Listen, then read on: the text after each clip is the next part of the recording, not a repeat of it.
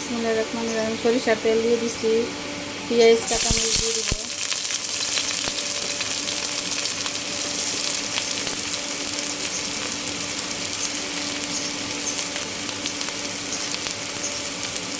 কবুতরের মাংস রান্না করব।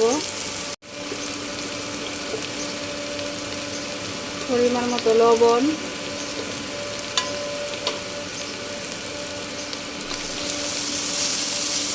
একটা টমেটো দিয়ে দিচ্ছি, একটু আদা বাটা দিব,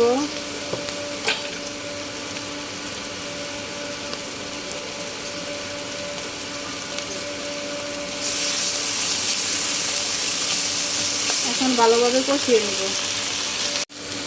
হলুদের গুঁড়া, ধনিয়া গুঁড়া দিয়ে দিচ্ছি। এখন সামান্য পরিমাণে পানি দিয়ে দিব। সামান্য পরিমাণে পানি দিয়ে দিচ্ছি। এলাচ, দারচিনি, তেজপাতা দিয়ে দিব।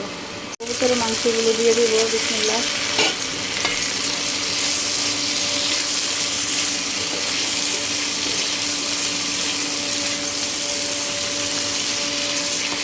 এখন ঢেকে দিব।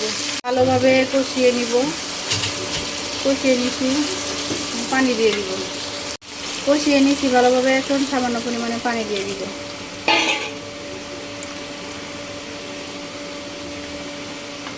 ঢেকে দিব। শেষ, এখন নামিয়ে নিব।